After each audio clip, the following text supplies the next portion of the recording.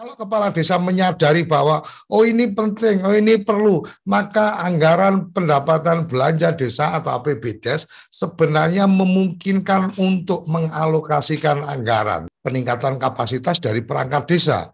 Karena kalau perangkat desanya mampu punya ilmu menjadi konten kreator, maka setiap acara-acara desa tidak perlu repot-repot lagi. Ini yang istilahnya petani milenial ini juga di Sukoharjo kan juga sangat gencar gitu lah ini.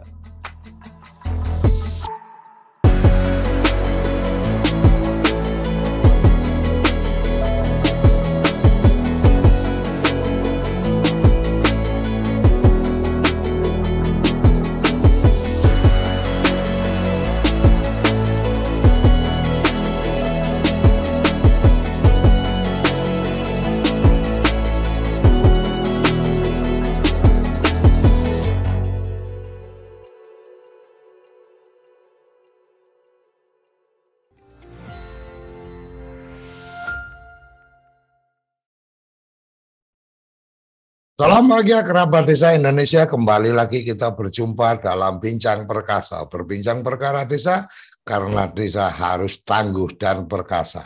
Salah satu untuk tangguh dan perkasa adalah bagaimana menceritakan kehebatan-kehebatan desa di dunia maya, di dunia yang luar biasa sekarang, digital dan seterusnya. Dan yang menjadi menarik adalah bagaimana kita melihat bahwa pemberitaan atau memberikan informasi menggunakan channel YouTube adalah salah satu cara yang efektif untuk bagaimana kita mempromosikan potensi-potensi desa kita. Kali ini kita akan berbincang dengan Tulang Tio yang sudah ini menjadi inisiator dari One Village One YouTuber, satu desa satu YouTuber.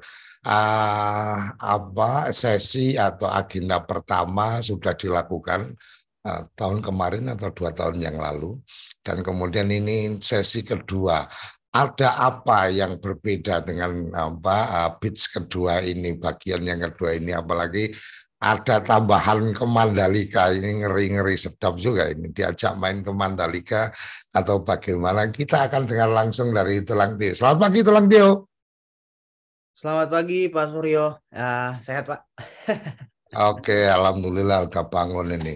Oke, Tulang Tio, ini jadi menarik ini bicara tentang One Village One YouTuber. Ini kalau tidak salah kita sudah luncurkan itu, dan kemudian saat ini akan bergulir sesi yang keduanya. Boleh dibagi cerita tentang bagaimana OVO yang pertama, kemudian yang kedua ini apa yang membedakan dan seterusnya, untuk kerabat desa bisa mengetahui cerita atau agenda-agendanya. Karena kemarin ada beberapa pertanyaan tentang, ada yang bertanya ini dapat uang makan apa enggak, uang transport apa enggak selama didampingi dan seterusnya. Kemudian ada juga yang menanyakan tentang hadiahnya seperti apa, bimbingannya seperti apa dan seterusnya. Dan saya harapkan semua itu akan terjawab pertemuan dengan Tulang Tio ini. Mungkin Tulang Tio bisa cerita dulu di OVO yang pertama kayak apa, kemudian hasil-hasilnya, baru kemudian bicara tentang yang kedua ini. Silakan Tulang Tio. Baik Pak, terima kasih. Baik teman-teman, mengenai One Village One YouTuber yang kedua, sebelumnya perkenalkan, masih sama ya teman-teman, saya adalah Tulang Tio, salah satu dari founder ataupun pendiri ataupun inisiator dari gerakan OVO sendiri ataupun One Village One YouTuber sendiri. Untuk OVO sendiri kita sudah berjalan di OVO yang kedua. Di tahun pertama kita mulai tepatnya itu di September 2021, itu kita mulai awalnya gitu, idenya, inisiatifnya kita mulai dari sana, dan pada akhirnya berakhir sesi tersebut di akhir Desember 2022. Jadi kurang lebih ada setahun perjalanan yang kita lalui teman-teman ataupun Pak Suryo ya, untuk terkait OVO yang pertama maksudnya. Nah di OVO yang pertama masih sama, kita masih disupport penuh oleh tentunya TV Desa ya. Mungkin teman-teman sudah ada juga teman-teman dari TV Desa sendiri yang sudah join di tahun pertama gitu ya.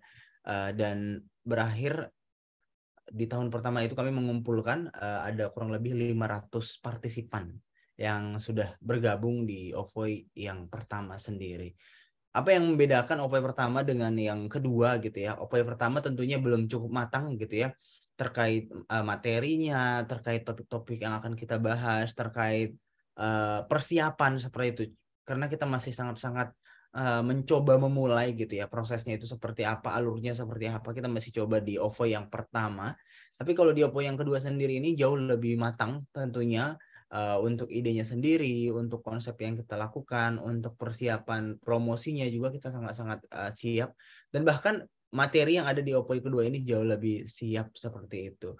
Dan kalau di OVOY pertama ini kita tidak punya ekspektasi apapun, kita hanya berpikir bagaimana cara membuat kompetisi ataupun gimana cara membuat proses inkubasi lalu kita kompetisikan, dan pemenangnya mendapatkan hadiah set alat YouTuber gitu dan juga sertifikat BNSV. Tapi di tahun ini ada yang berbeda, kurang lebih kita akan lakukan menggunakan tema yaitu OVOY batch kedua Goes to Mandalika, seperti itu Pak. Nah jadi apa yang membedakan dari OVOY pertama tentunya kalau di tahun pertama kita tidak punya tema tertentu di satu daerah mana yang akan kita tuju gitu. Tapi di tahun ini kita akan pilih salah satu daerah yang di mana teman-teman ini bisa ikut OVOY kedua, mengikuti inkubasinya, mengikuti kompetisinya. Setelah terpilih sebagai pemilik karya terbaik, mereka bisa kita berangkatkan ke Mandalika. Jadi kurang lebih itu perbedaannya. Di tahun pertama kita hanya sekedar inkubasi, kompetisi, mendapatkan hadiah. Di tahun kedua kita lebih dalam lagi untuk mengembangkan agar kreator-kreatornya seperti punya apa ya, punya kesempatan gitu untuk ikut memberikan apa ya, perubahan ataupun edukasi di daerah-daerah yang mereka inginkan, seperti itu. Tapi mungkin untuk detailnya saya akan jelaskan ya teman-teman ya, ataupun Pak Suryo. Mungkin saya share screen terkait OVOY kedua itu seperti apa, karena OVOY pertama tadi sudah saya ceritakan gitu ya, dan tidak ada visual, rasanya itu kurang menarik. Dan kali ini saya coba share screen. Izin nih Pak ya. Silakan. Baik Pak. Oke. Sebentar teman-teman. Nah,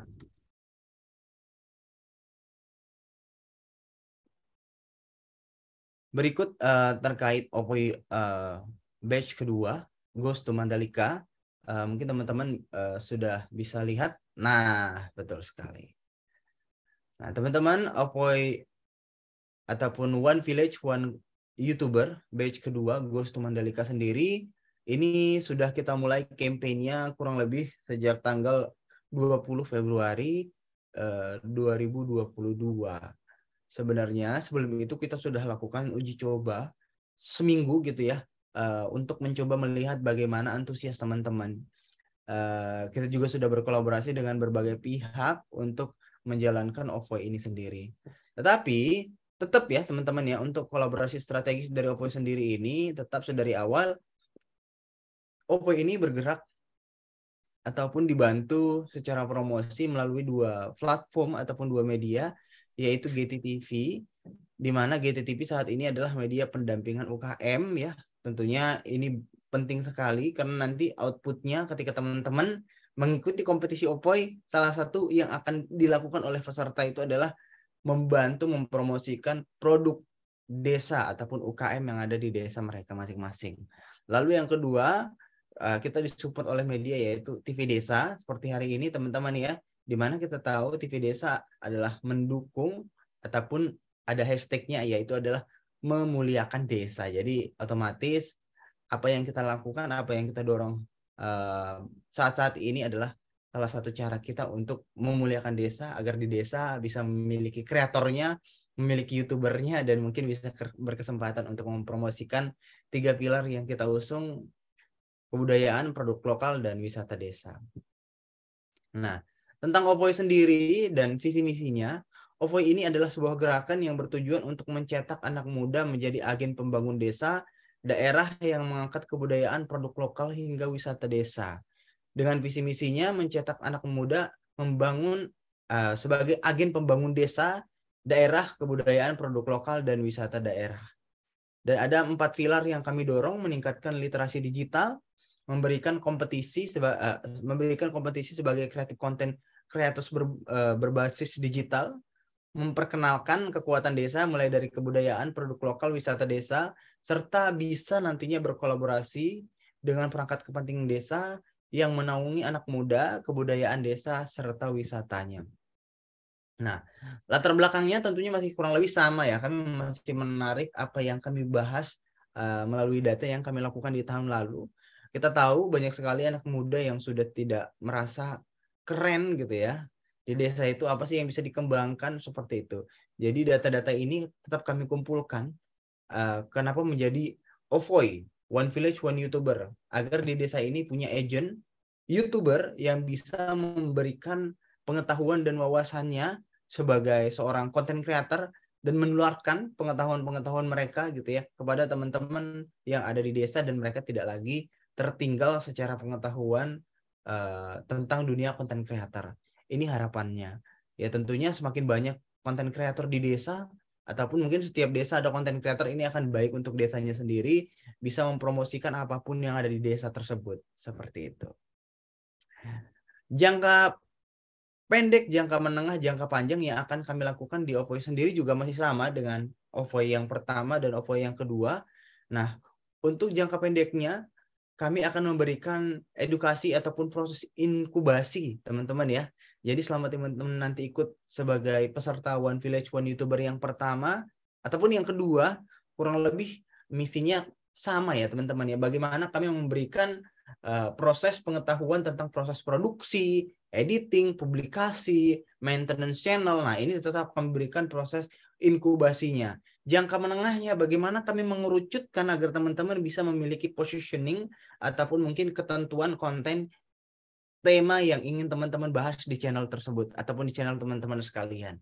Nah, jadi jangka panjangnya seluruh peserta OVOI kami harapkan bisa kami bantu, kami maksimalkan agar teman-teman bisa bertemu dengan yang namanya brand, sponsor, ataupun mungkin pihak pemerintah yang ingin membutuhkan jasa teman-teman di daerah-daerah tertentu. Jadi ini misi kami ya. Dari awal kami edukasi agar teman-teman bisa mengetahui ilmu pengetahuan tentang bagaimana sih gitu ya, tentang dunia content creator. Lalu concern bagaimana menemukan tema yang ingin teman-teman angkat di channel teman YouTube masing-masing. Jangka panjangnya, setelah teman-teman punya pengetahuan, pengalaman audio visual yang bagus, kami akan mempertemukan teman-teman dengan brand, sponsor, dan bahkan pihak pemerintah yang membutuhkan jasa audio visual ataupun pengetahuan dunia content creator dari teman-teman sekalian. Ini journey yang sudah kami lakukan secara visual ya untuk OVOI 2021 hingga 2022. Cukup panjang yang kita lakukan di tahun pertama, yaitu mulai dari rancangan kegiatan yang kami lakukan di awal, proses inkubasinya, proses penjuriannya, lalu ada OVOI coaching kelasnya seperti itu, dan peserta akhirnya bergabung ada 500 peserta di dalamnya gitu ya. Dan ini adalah acara puncak yang kita lakukan. Nah, dampak OVOI terhadap peserta kita bisa lihat di sini.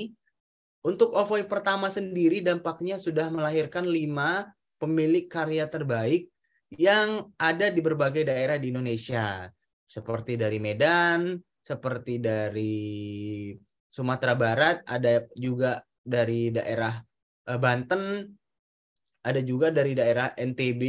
Mereka-mereka ini sebagai agen kita di beragam daerah yang sudah tersertifikasi BNSP ya teman-teman ya.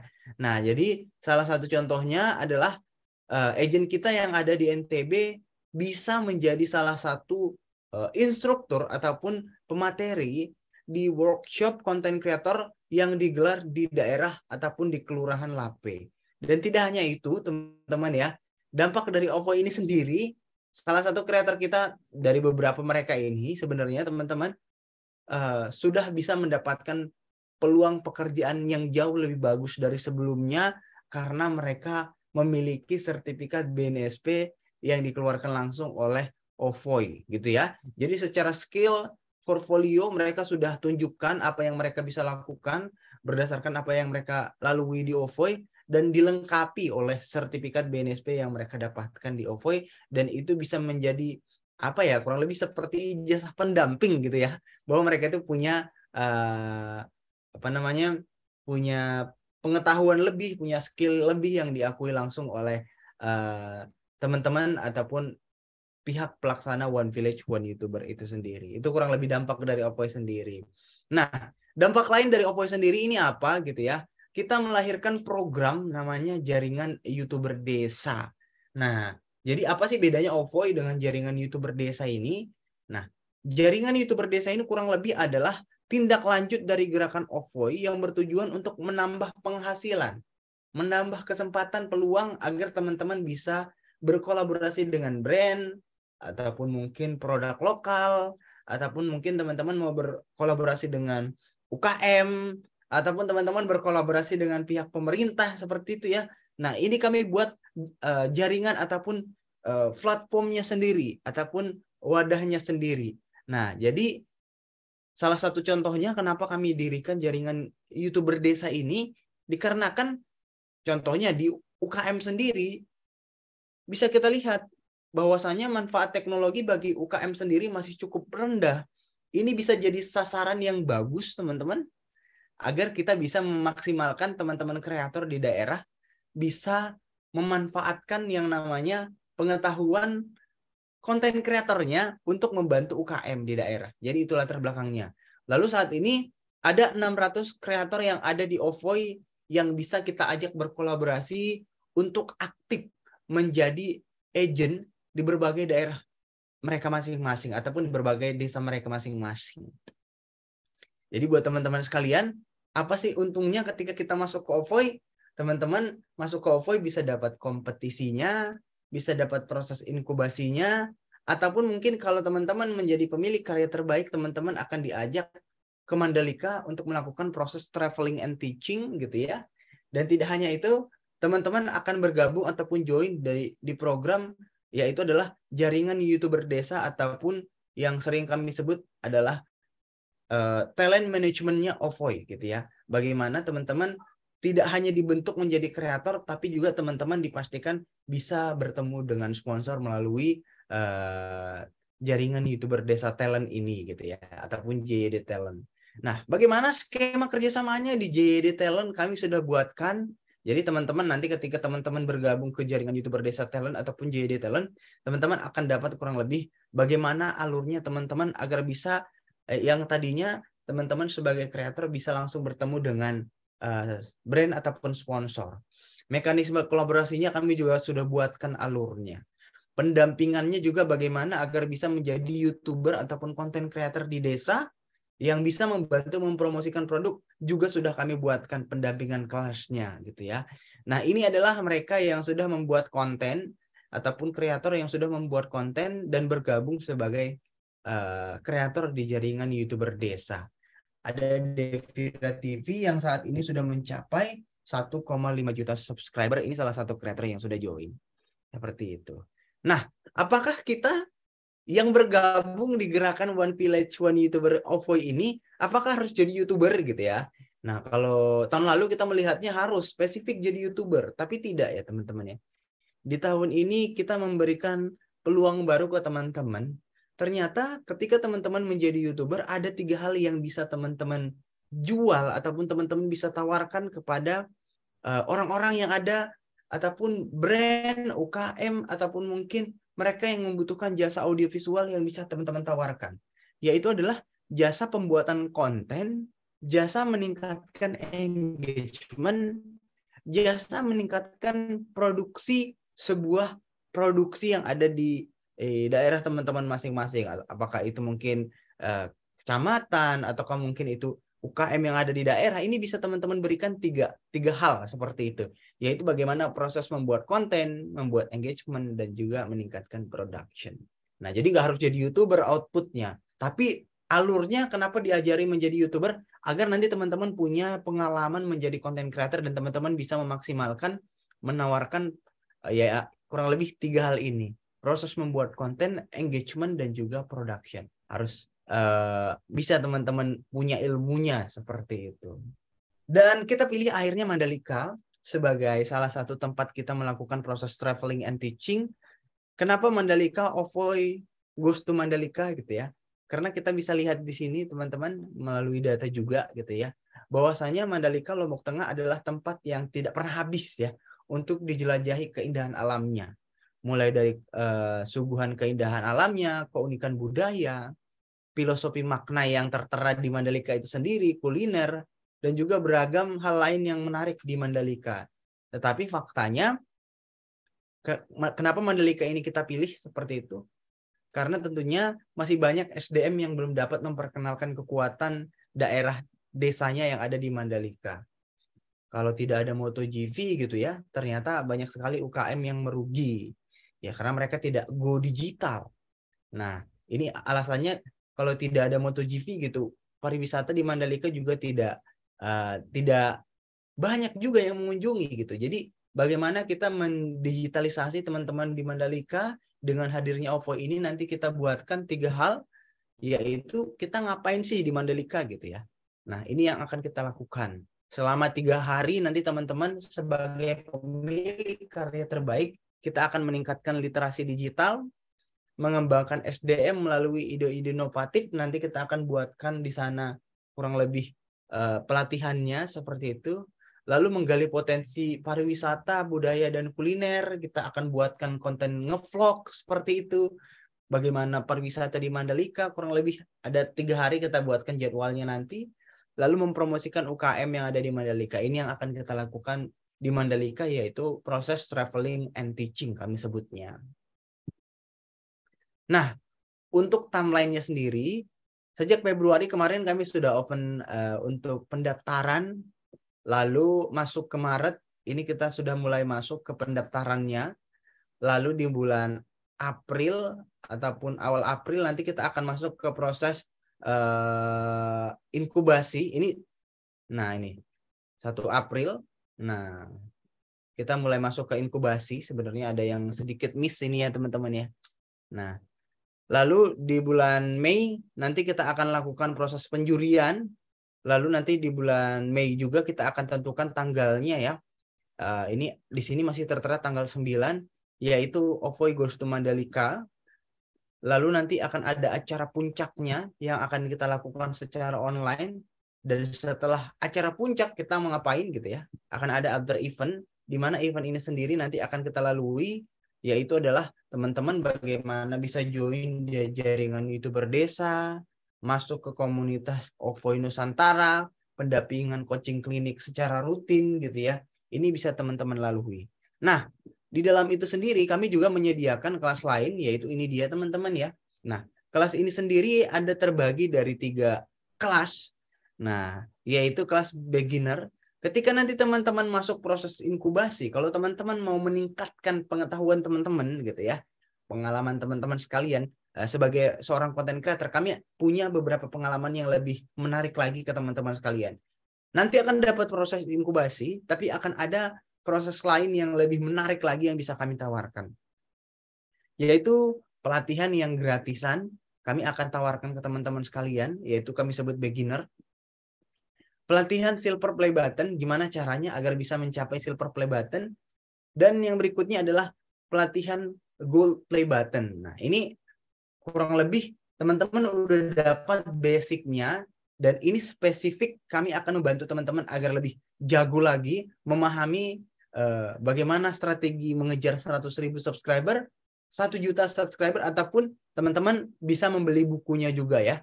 Bagaimana melalui ataupun mempelajari tentang dunia YouTube dari A sampai Z. Kami sudah buatkan bukunya juga, kami persiapkan berkolaborasi dengan Shira Media.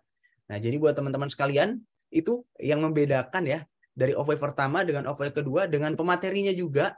Nah, pematerinya juga berbeda. Itu pematerinya kami undang dari tentunya dari Trans TV. Nanti akan memberikan materi tentang bagaimana pembuatan konten, dari GT Inkubator juga ada Mas Michael namanya.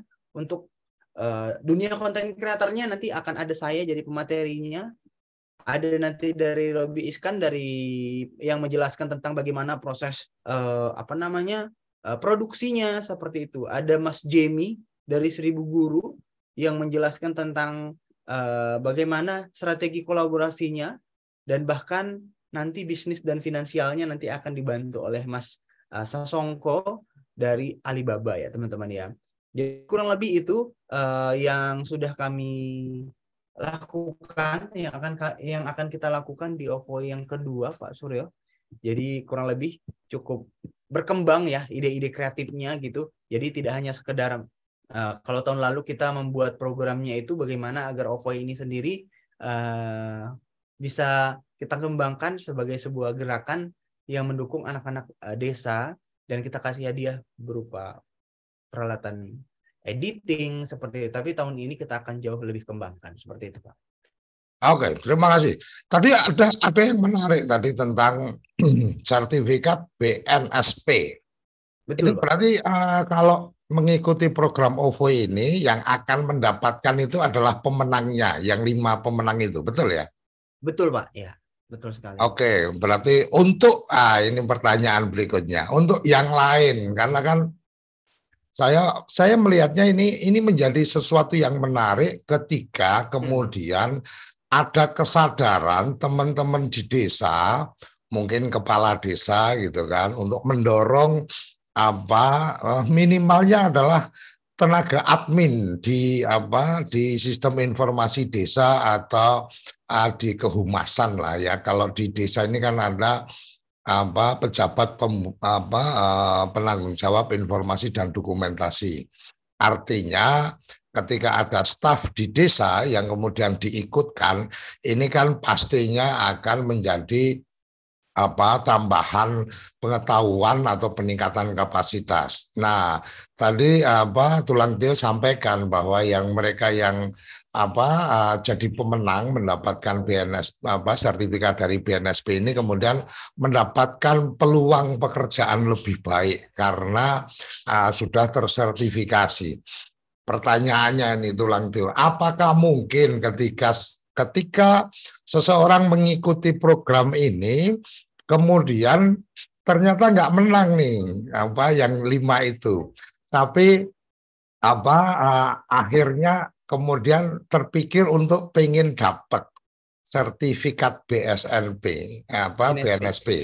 Kira-kira ruang itu mungkin ya? Masih dimungkinkan ya Pak ya. Jadi tapi tentunya berbeda dengan teman-teman yang pemilik karya terbaik. Kalau teman-teman yang pemenangnya gitu pasti akan kita fasilitasi gitu ya, untuk sertifikatnya sendiri, biayanya kita fasilitasi. Tapi kalau untuk teman-teman yang tidak menang, tentunya akan ada keluar sedikit dana gitu ya. Tapi tidak semahal yang umum gitu ya. Kalau umum kan sangat-sangat besar dananya, Pak Surya mungkin tahu ya. Tapi kalau teman-teman dari peserta OVO ini akan kita buat lebih terjangkau lagi gitu Pak. Oke, terima kasih. Yang saya tahu ini kalau sertifikat BNSP ini untuk konten kreator itu antara 3 sampai 5 juta gitu kan. Umpama ini nanti saya perlu negosiasi sama Tulang Tio dan teman-teman. Mungkin peserta OVO mestinya akan mendapatkan artinya fasilitas untuk bisa mendapatkan itu, tapi tidak harus dengan membayar yang sedemikian mahal dan tetap dengan standar. Artinya standar itu ada pendampingannya dan seterusnya, karena kalau kita mendapatkan sertifikat BNSP kan pasti harus mengikuti uji kompetensi. Nah, ketika uji kompetensi suka atau tidak suka kan memang harus ada mentornya, harus ada pendampingnya dan seterusnya. Oke, Tulang Tio, yang berikutnya tadi disampaikan tentang ada kelas-kelas lanjutan. Artinya bahwa ada pilihan tadi beginner dan seterusnya itu dilakukan setelah April atau dari awal memang mereka harus mengikuti itu? Nanti teman-teman untuk pengembangan ya, kelas pengembangannya Pak, itu nanti akan dilalui setelah teman-teman mengikuti inkubasi Pak tentunya. Berarti inkubasi kan di April itu udah inkubasi ya, 1 April. Iya betul, di April kan sudah inkubasi. Nah setelah itu nanti teman-teman akan ada kelas khusus yang kita sediakan, yang mungkin ingin mengikuti kelas yang namanya silver ataupun gold play button itu seperti apa, udah punya fundamentalnya gitu Pak. Oke, Nah, artinya sebelum ikut di kelas-kelas itu setidaknya sudah ada pengetahuan dasarnya. Jadi kemudian akan terus mendapatkan pendampingan secara gratisnya atau didampingi orang yang sudah punya silver bottom atau gold dan seterusnya, itu otomatis karena mentornya beda, mungkin akan ada aturan-aturan yang berbeda. Kira-kira seperti itu ya, Tulang Tio ya. Iya, betul, Pak. Oke. Terima kasih Tulang Tio untuk informasinya, dan ini menjadi menarik Mandalika. Saya pernah ke sana tapi sebelum jadi sirkuit. Jadi gambaran lokasinya waktu itu sudah dapat, tapi udah jadi sirkuit belum sempat ke sana. Nanti saya bisa jadi ikut OVO itu, siapa tahu bisa dapat hadiah. Oke, kerabat desa jangan kemana-mana yang sudah bergabung di studio Interskill ini, di studio TV Desa. Kita akan memberikan kesempatan kerabat desa untuk bertanya, untuk mengetahui lebih lanjut tentang program ini. Jangan kemana-mana, tetap di Bincang Perkasa, berbincang perkara desa, karena desa harus tangguh dan perkasa.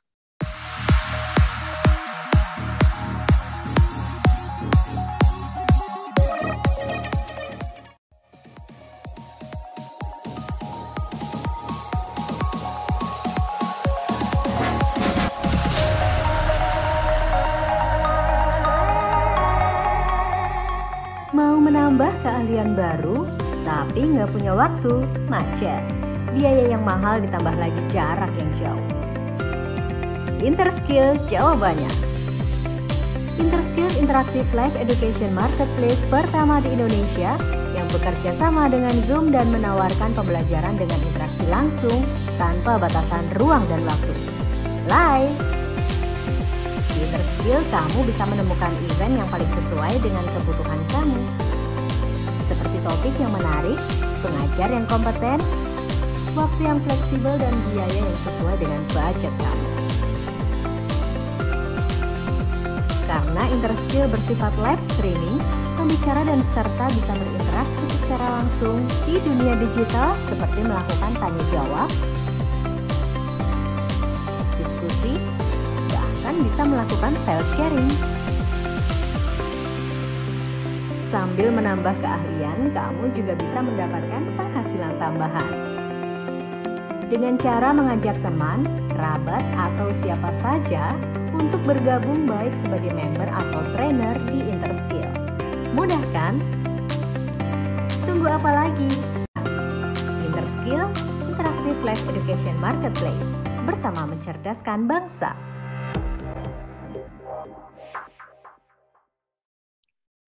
Oke, kembali kita di Bincang Perkasa, berbincang perkara desa, karena desa harus tangguh dan perkasa. Dan kayaknya kita perlu juga menyaksikan tayangan promo yang sudah dibikin oleh TV Desa. Jadi kerabat desa bisa melakukan pengecekan. Jadi di promo TV Desa sudah ada, dan sudah kita putar untuk tayangan yang 24 jam sudah juga kita putar. Dan untuk memudahkan kerabat desa yang ingin bergabung, cukup ketik OVO, Viva Oscar Viva Oscar Junior ya, Jakarta .tvdesa.id. Jadi ov.tvdesa.id otomatis akan masuk ke lembar registrasi untuk bergabung. Jadi kerabat desa, untuk lebih memudahkan kerabat desa gimana nih carinya di mana dan seterusnya, datangin saja ov.tvdesa.id, maka akan masuk di lembar untuk registrasi bergabung di program OVO yang digagas oleh teman-teman dari inkubator Getty TV, dan juga Tulang Tio pastinya ini sebagai inisiatornya. Jadi anak muda berinisiasi menjadi dosa besar kalau TV desa tidak mendukung, kan kira-kira seperti itu. Oke, kerabat desa yang ingin bertanya silakan langsung resen dan kita akan berikan kesempatan untuk bertanya langsung, dan sambil menunggu kita coba tanya ke Tulang Tio. Tulang Tio, ini kayaknya kolaborasinya bisa kolaborasi panjang ini. Kenapa bisa kolaborasi panjang? Karena tadi Tulang Tio menyampaikan tentang jaringan YouTuber, ya, jaringan YouTuber desa itu lebih pada bagaimana membuat konten, bagaimana YouTuber atau konten-konten kreator desa ini terkonsolidasi di jaringan YouTuber desa. Dan TV Desa saat ini juga mengembangkan jaringan untuk jurnalis desa. Jadi memang ada segmentasi yang berbeda. Karena segmentasi yang berbeda antara apa yang dikerjakan oleh teman-teman LPKGT, OVOE dengan teman-teman dari TV Desa. Yang berbeda adalah lebih pada focusing. Kalau focusing TV Desa adalah focusing bagaimana menjadi jurnalis news. Ini menjadi ada standar-standar untuk kemudian menjadi konten kreator khusus untuk pemberitaan. Ini adanya di kami lebih fokus di situ. Tetapi untuk teman-teman yang kemudian tidak tertarik untuk newsnya atau lebih pada pengen mengembangkan channel-channel pribadi untuk bercerita tentang desa dan seterusnya, ini bersama dengan jaringan dari teman-teman Tulang Tio, yaitu jaringan YouTuber desa. Kira-kira seperti itu ya Tulang Tio ya. Jadi ini memang sama-sama menggunakan fasilitas dari YouTube atau kemudian sama-sama mengembangkan konten audiovisual, tetapi segmentasinya kalau kerabat desa atau teman-teman yang kemudian ingin mengeksplor nih, bicara tentang bagaimana usaha di desa, bagaimana kemudian meningkatkan orang jadi berkunjung. Karena sekarang ini yang menjadi menarik adalah produk-produk itu akan menjadi lebih gampang dipahami ketika ada menyampaikan kisah atau storytellingnya. Sama-sama kita makan bakso gitu kan, mungkin standar rasanya sama, tapi yang satu menceritakan bahwa bakso ini sudah ada sejak tahun 70 dari kakek saya.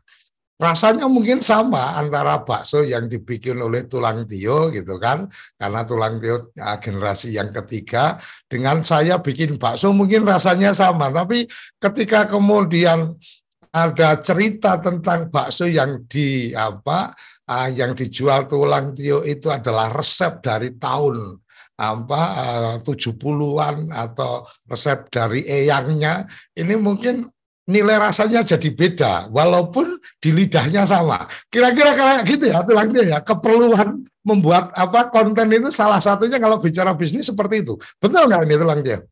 Betul sekali Pak. Jadi ya memang ya, kenapa kita kembangkan yang tadinya hanya OVOE seperti itu menjadi salah satu gerakan baru, ataupun kita kembangkan menjadi JYD ataupun jaringan YouTuber desa talent gitu ya. Karena adanya permintaan sebenarnya Pak. Jadi salah satu permintaan itu kemarin ada yang menghubungi kami dari pihak Telkom gitu ya. Jadi ada yang namanya Rumah BUMN dari Telkom seperti itu salah satunya. Dan ada beberapa UKM, seperti ada beberapa UKM yang minta disupport ataupun didukung gitu oleh teman-teman OVOE. Nah, kalau di Rumah BUMN sendiri ini mereka membutuhkan YouTuber ataupun konten kreator ternyata Pak. Kenapa? Karena di masing-masing rumah BUMN seperti itu kan mereka kan punya, tidak hanya sekedar ada rumah lalu tidak melakukan aktivitas apapun. Biasanya pemerintah banyak sekali yang dilakukan di kegiatan-kegiatan di daerah-daerah tertentu itu. Misalnya ada UKM binaan di rumah BUMN yang ada di misalnya di Medan, Sumatera Utara. Tapi kan itu mereka kan kalau mereka bergabung di binaan BUMN Telkom misalnya, kan mereka kan biasanya kan ada tuh Pak workshop ataupun kegiatan-kegiatan inkubasi selama mereka ada di rumah BUMN tersebut, tapi kan khususnya yang membantu mempromosikan, mengelola channelnya mereka, membantu mereka agar punya pengetahuan tentang dunia konten kreator, khususnya UKM sendiri ini kan nggak banyak yang bisa membantu seperti itu. Nah, jadi kesempatannya teman-teman ketika teman-teman bergabung sebagai peserta OVOI sendiri, secara tidak langsung kita juga membantu mencarikan peluang kerjanya, Pak. Salah satunya ya di rumah BUMN ini sendiri, ataupun mungkin teman-teman bisa kayak kemarin salah satu peserta OVOI, mereka ingin bekerja di pihak pemerintahan desa seperti itu, sekelas kepala desa. Dengan adanya pengalaman mereka tentang dunia konten kreator dan lain sebagainya, mereka bisa direkrut sebagai profesional seperti itu.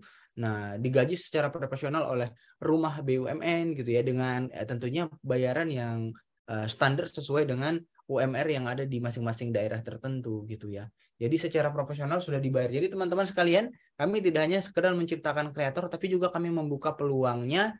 Tidak harus jadi YouTuber, tapi teman-teman punya pengetahuan dalam 3 hal, bisa membuat konten yang bagus, bisa membuat proses produksi yang rapi, dan bahkan bisa meningkatkan engagement, ini aja bisa dijual gitu.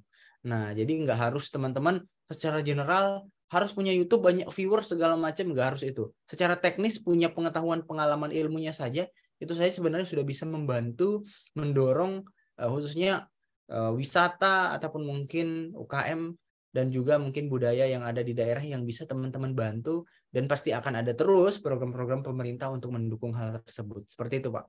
Artinya yang boleh saya simpulkan atau mungkin saya tarik benang merahnya atau intisarinya, ya, menjadi YouTuber itu jangan hanya berorientasi untuk dapat gaji dari YouTube. Kira-kira seperti itu. Betul, Pak. Artinya bahwa Anda menjadi YouTuber, bergabung di OVOI, bergabung di kelas manapun,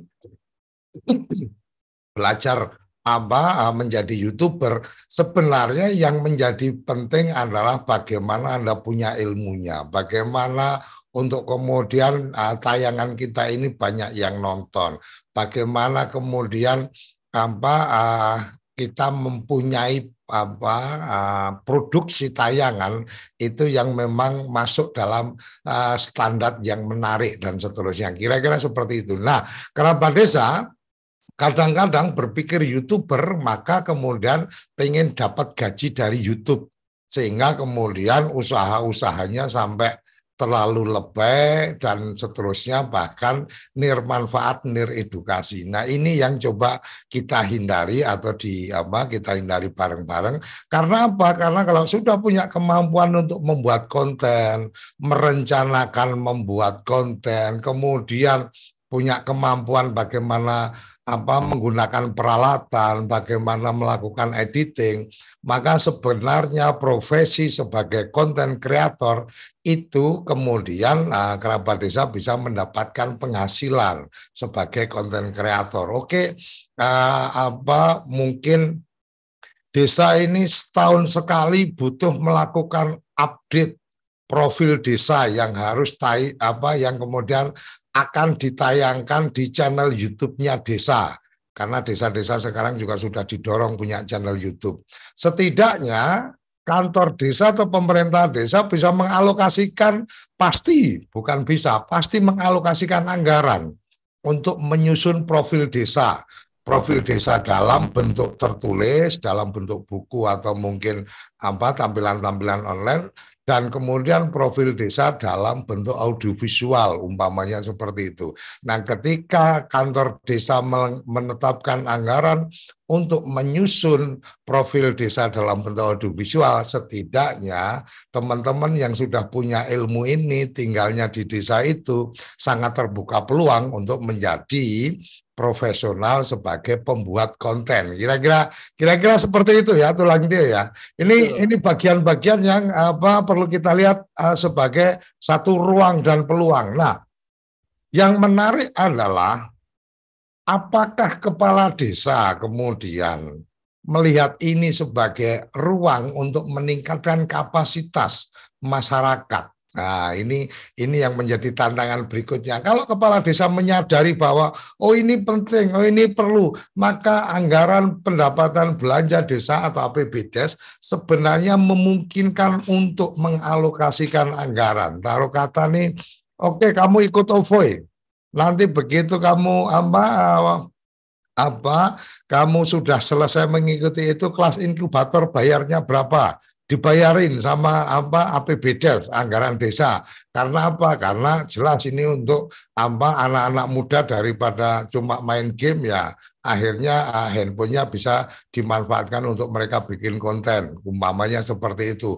Dilihat siapa yang kemudian bisa berkontribusi membuat konten-konten menarik, kemudian kepala desa atau pihak pemerintah desa bisa menetapkan, oke, akan ada nih yang dibiayai mendapatkan mengikuti sertifikasi BNSP, namanya seperti itu. Ini sangat memungkinkan untuk anggaran desa dialokasikan seperti itu. Itu pemikiran-pemikiran yang mungkin benar, mungkin salah, dan kita akan coba tanya, ini ada pendamping, ada tenaga ahli ini, tulang Tio, supaya tahu juga ini tentang bagaimana, apakah mungkin yang seperti ini dilakukan. Ini ada Mas Panudi, salah satu TA, tenaga ahli pendamping desa. Mas Panudi, mendengar apa yang dijelaskan oleh tulang Tio, ternyata kemudian ini juga bisa sampai ke seseorang mendapatkan sertifikat profesi konten kreator yang diterbitkan bukan oleh lembaganya tulang Tio, tapi diterbitkan oleh BNSP, kan kira-kira seperti itu nih. Nah, kemudian lembaganya tulang Tio ini siap melakukan pendampingan untuk proses mendapatkan sertifikat. Saya ingat betul di aturan penggunaan dana desa, setidaknya ada bagian tentang peningkatan kapasitas masyarakat desa. Mas Panudi, aku pengen tanya ini supaya tulang Tio juga tahu juga ini. Ada 75.266 desa di seluruh Indonesia.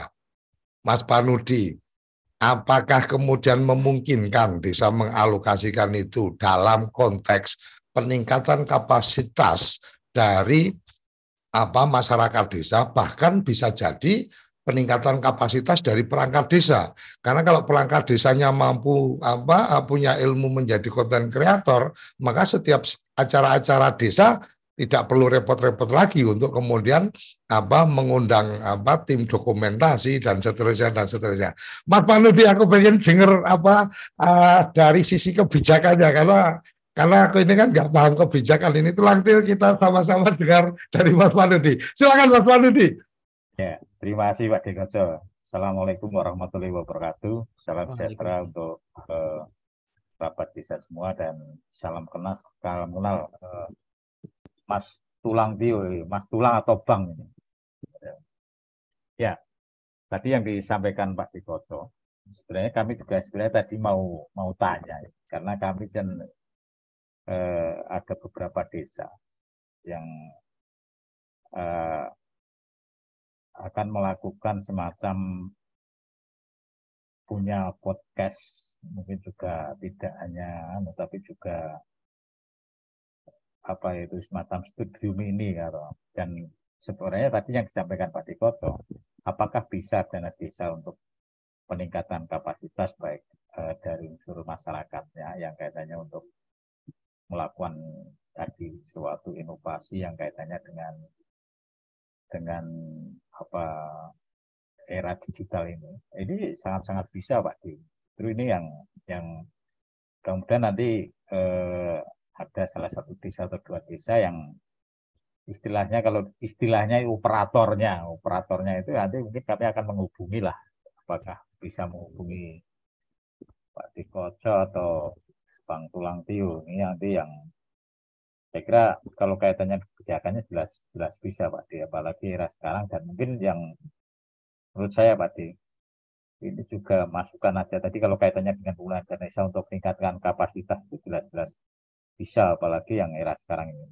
Mungkin juga nanti yang menurut saya juga sangat bagus Pak Di, ini yang istilahnya petani milenial ini juga di Sukoharjo kan juga sangat gencar gitu. Nah ini harapan kami juga di apa ya, semacam kalau kita mau mengajak anak-anak muda, apalagi untuk bertani, tapi kalau bertani masih konvensional, nah ini yang mungkin agak sulit. Nah ini saya kira ketika dengan istilah petani milenial dengan era yang digital sekarang ini ya, saya kira ini yang menarik. Kemarin kami juga ikut forum UPD pertanian dan kebetulan juga ada anak-anak muda yang cukup kreatif gitu. Nah, ini yang saya kira yang nanti juga kami berikan masukan-masukan bagi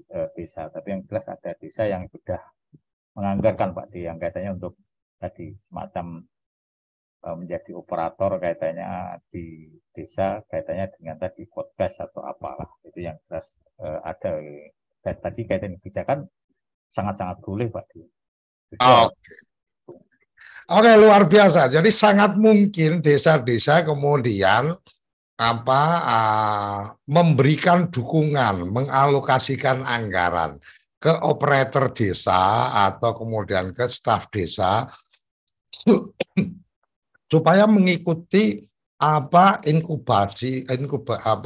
inkubasi yang dilakukan oleh Tulang Tio dan teman-teman. Bahkan ini kembali lagi, ketika kemudian kepala desa ini merasa kalau anak buahnya atau warganya punya keterampilan atau punya standar kompetensi, itu akan meningkatkan kesejahteraan mereka. Sangat mungkin kemudian fasilitas. Nah, ini nanti biar saya yang nego sama Tulang Tio ini jangan 5 juta lah, mungkin cukup 1 juta atau 1.500.000. Nah, ini nanti bagian saya akan mendiskusikan lebih jauh dengan Tulang Tio sehingga operator ini punya standar sertifikat dari BSMP. Jadi dia memang orang yang punya sertifikat kompetensi sebagai konten kreator. Desa akan lebih keren ketika kemudian, oh ini staf kita ini sudah punya sertifikat ini dari BNSP untuk menjadi konten kreator. Ini kan beda sama seperti umpama nih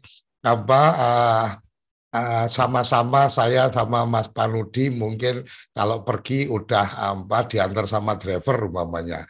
Ini kan akan beda ceritanya ketika Mas Panudi, oh driver saya ini dulu juara balap ini, ini kan beda kan gitu.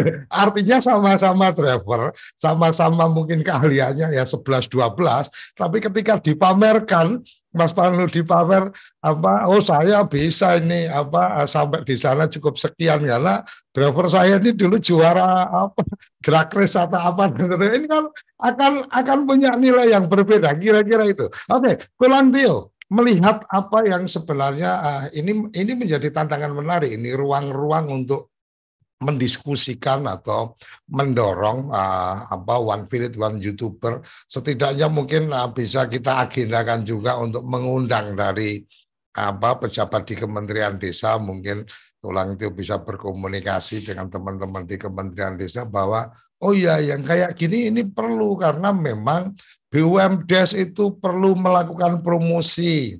Promosi BUMDes itu nggak cukup dengan hanya kirim di WA Group.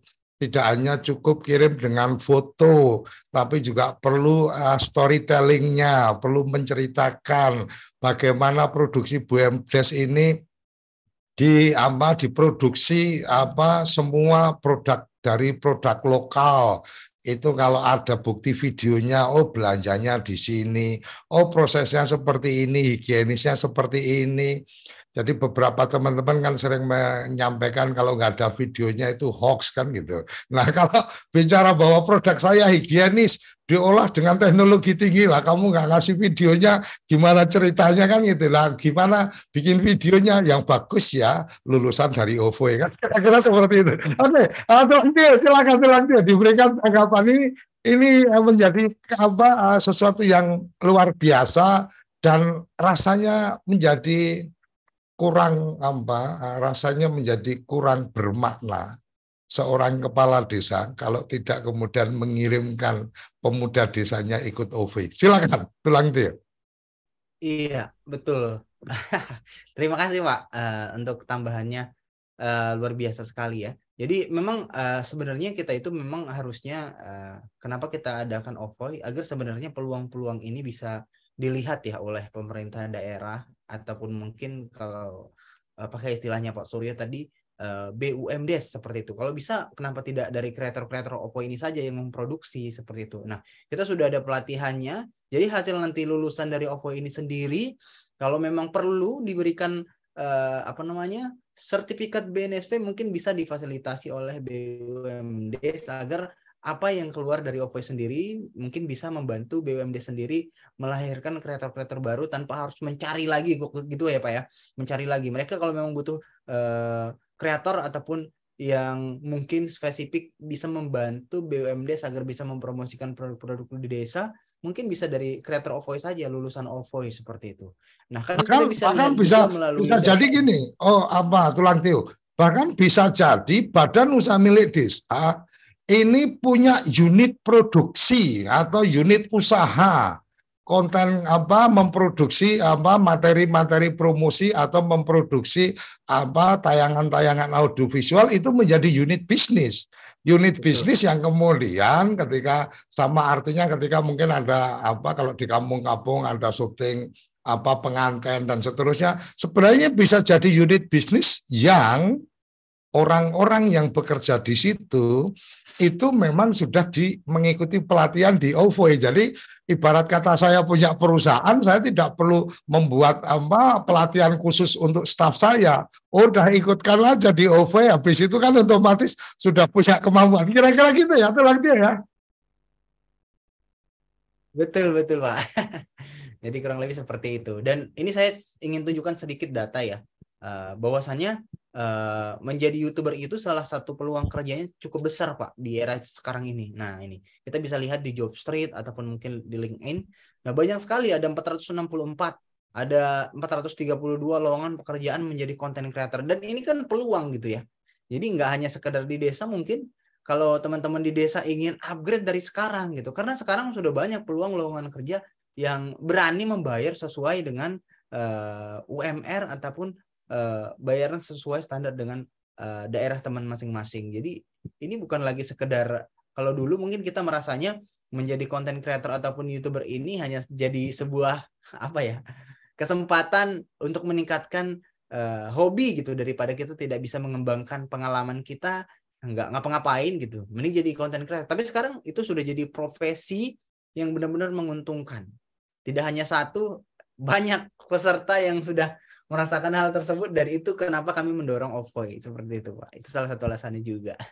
Oke, jadi kalau sudah punya ilmunya dan YouTube juga memberikan ruang, kita ini tidak bisa mengelola channel lebih dari satu. Jadi bisa saja nih saya kalau channel berita atau sekedar berkabar ini pakai channel ini. Kalau kemudian membuat tayangan-tayangan tentang produk, saya pakai channel ini dan seterusnya.